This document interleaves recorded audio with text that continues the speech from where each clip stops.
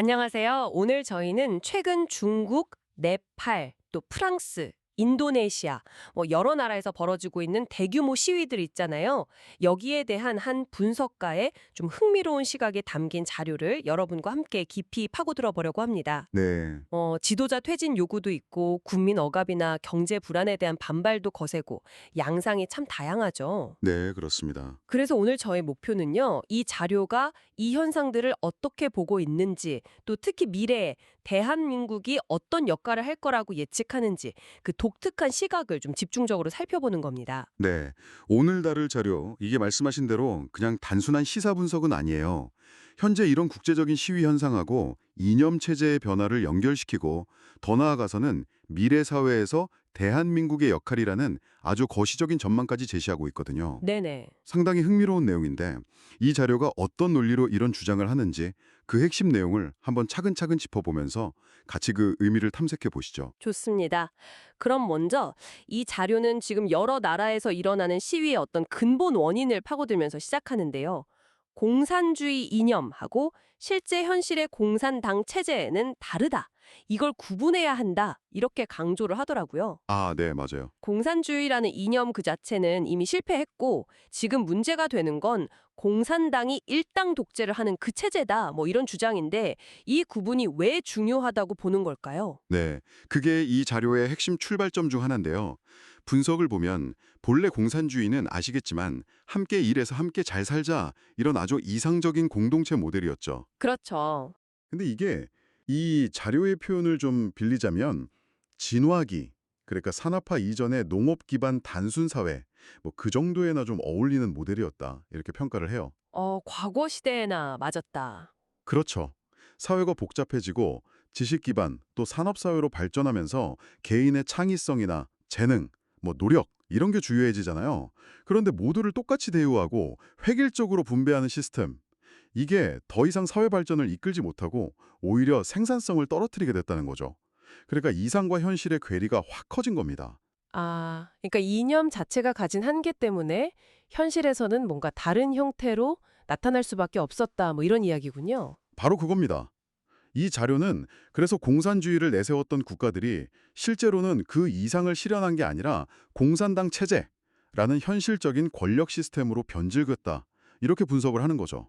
공산당 체제요? 네, 즉 공산당이라는 특정 정당이 국가의 모든 권력과 부, 심지어 토지 같은 핵심 생산수단까지 다 독점하는 일당 독재 체제가 됐다는 거예요. 아하. 뭐 배급제 대신 월급제를 도입하기도 했지만 중요한 건 그 부와 기회가 누구에게 가느냐는 거죠.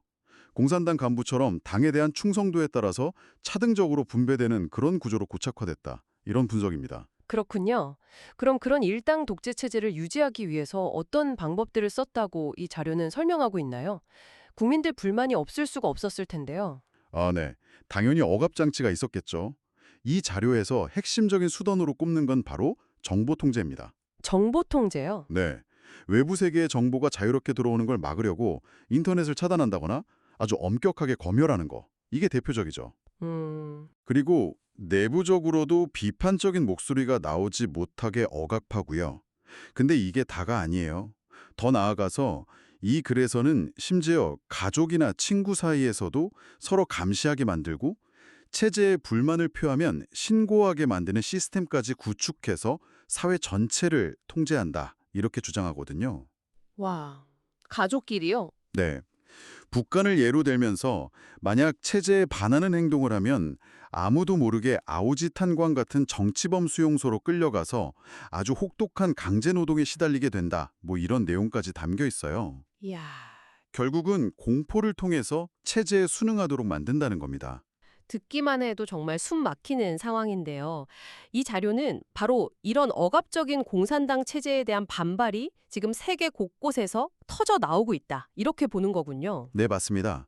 더 이상 참지 못하고 스스로 일어서고 있다는 거죠. 그런데 여기서 또 흥미로운 지점이 있어요.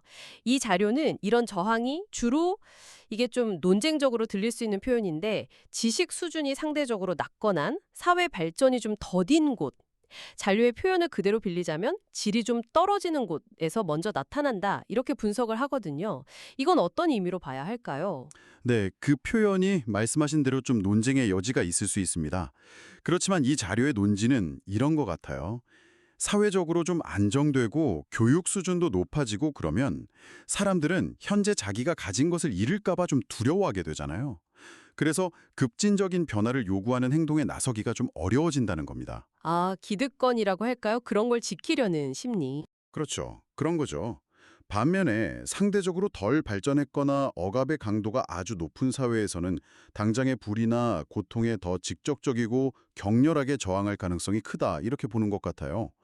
어쩌면 과거 우리나라의 민주화 운동도 비슷한 맥락에서 이해할 수 있다고 보는 것 같기도 하고요. 그렇군요. 그럼 이 저항을 이끄는 주체는 누구라고 보나요? 이 자료에서는. 이 자료는 MZ세대를 주목합니다.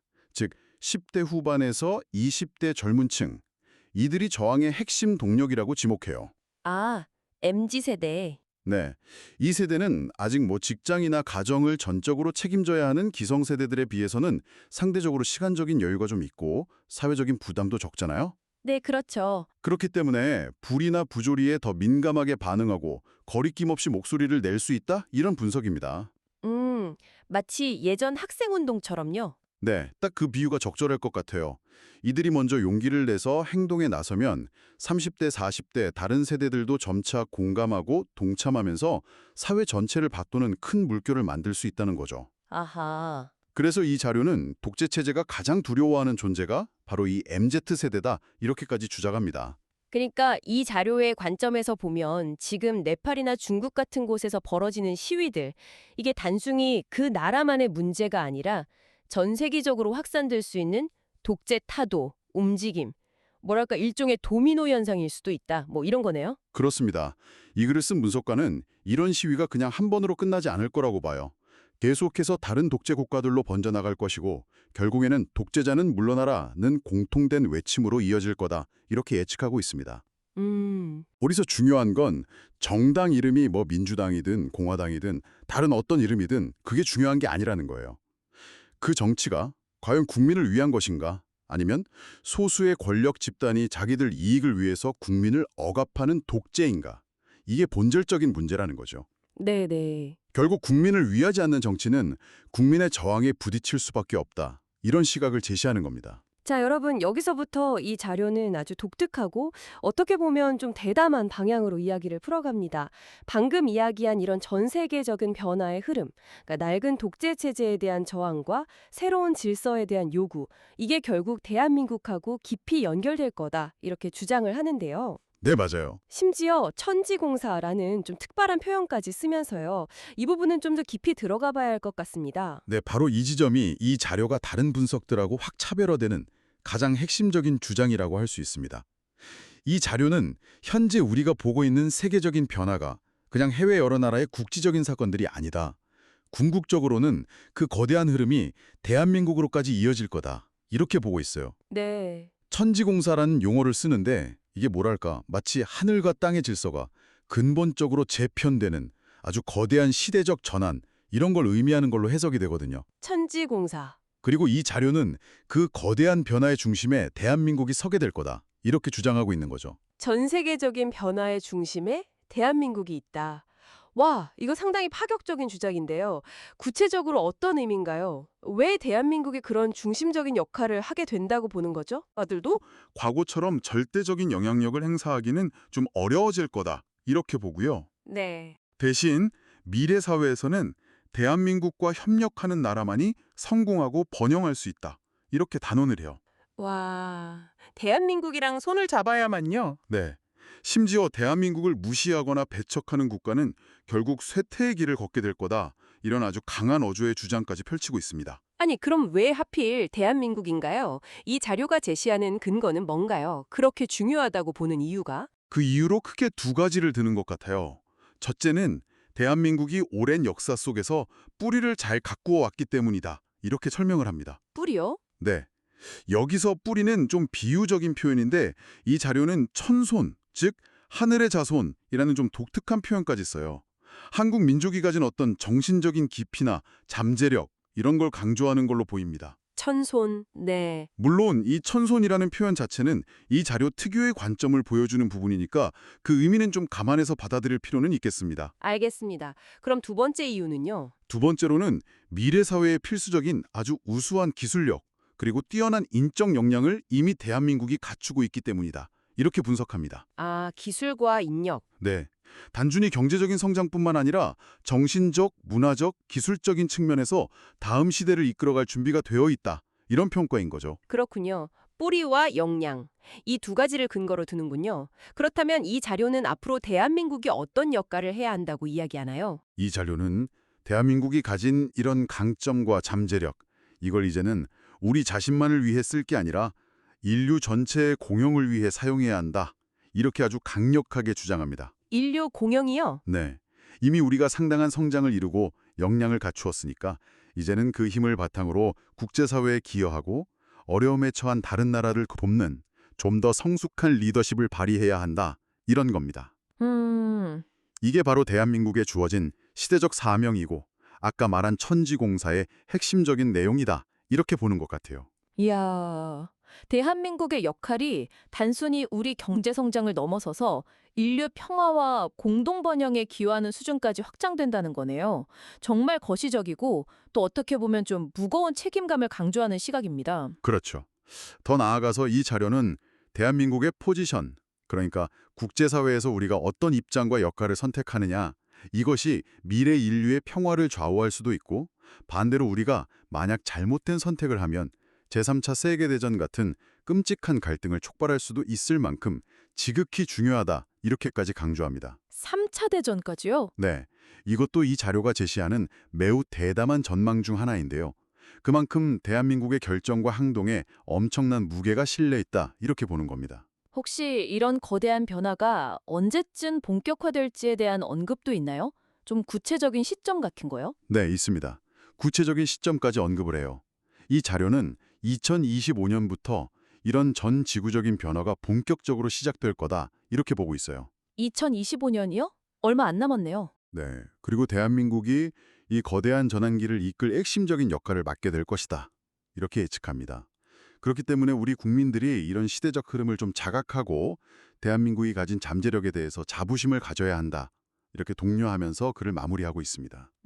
미래는 대한민국을 중심으로 재편될 테니 그에 걸맞은 지혜와 책임감을 가지고 준비해야 한다, 이런 메시지를 던지고 있는 거죠. 오늘 함께 살펴본 자료는 현재 세계 곳곳의 시위 현상을 공산당 독재 체제의 한계와 민중의 자각이라는 틀로 분석을 했고요. 더 나아가서는 미래 국제 질서 재편 과정에서 대한민국이 중심적인 역할을 할 것이다 라는 아주 독특하고 담대한 전망을 제시했습니다. 네. 공산주의 이념의 변질, 저항운동에서 MZ세대의 역할, 그리고 천지공사나 천손 같은 좀 특유의 개념을 통해 설명된 대한민국의 미래상까지 여러모로 생각할 거리를 많이 던져주는 내용이었던 것 같습니다. 맞습니다. 특히 그 공산주의 이념하고 현실의 공산당 체제를 구분해서 분석한 점, 그리고 MZ세대를 저항의 동력으로 본 점, 또 이 모든 흐름이 결국 대한민국으로 귀결될 거라면서 2025년이라는 구체적인 시점까지 제시하면서 미래 역할을 강조한 점, 이게 이 자료의 두드러진 특징이라고 할 수 있겠죠. 네. 이 자료의 주장이 맞든 틀리던 간에 이런 관점은 우리에게 대한민국이 앞으로 나아갈 방향, 그리고 국제사회에서의 역할에 대해서 다시 한번 좀 진지하게 생각해 보게 만드는 계기는 분명히 제공하는 것 같습니다. 그렇다면 이 자료를 통해서 우리가 마지막으로 던져볼 질문은 아마 이것이 아닐까 싶습니다. 만약에요, 정말 만약에 이 자료의 예측처럼 대한민국이 정말로 미래 세계 질서의 중요한 축을 담당하게 된다면 우리는 과연 그 역할에 걸맞은 내적인 성숙함과 지혜를 갖추고 있을까요? 인공유에 이바지해야 한다는 그 무게감 있는 요구 앞에서 우리는 어떤 가치를 최우선으로 삼아야 할지, 또 어떤 모습으로 국제사회에 기여해야 할지, 오늘 이 대화를 들으시는 여러분 각자의 자리에서 한 번쯤 깊이 고민해 보시는 건 어떨까 합니다.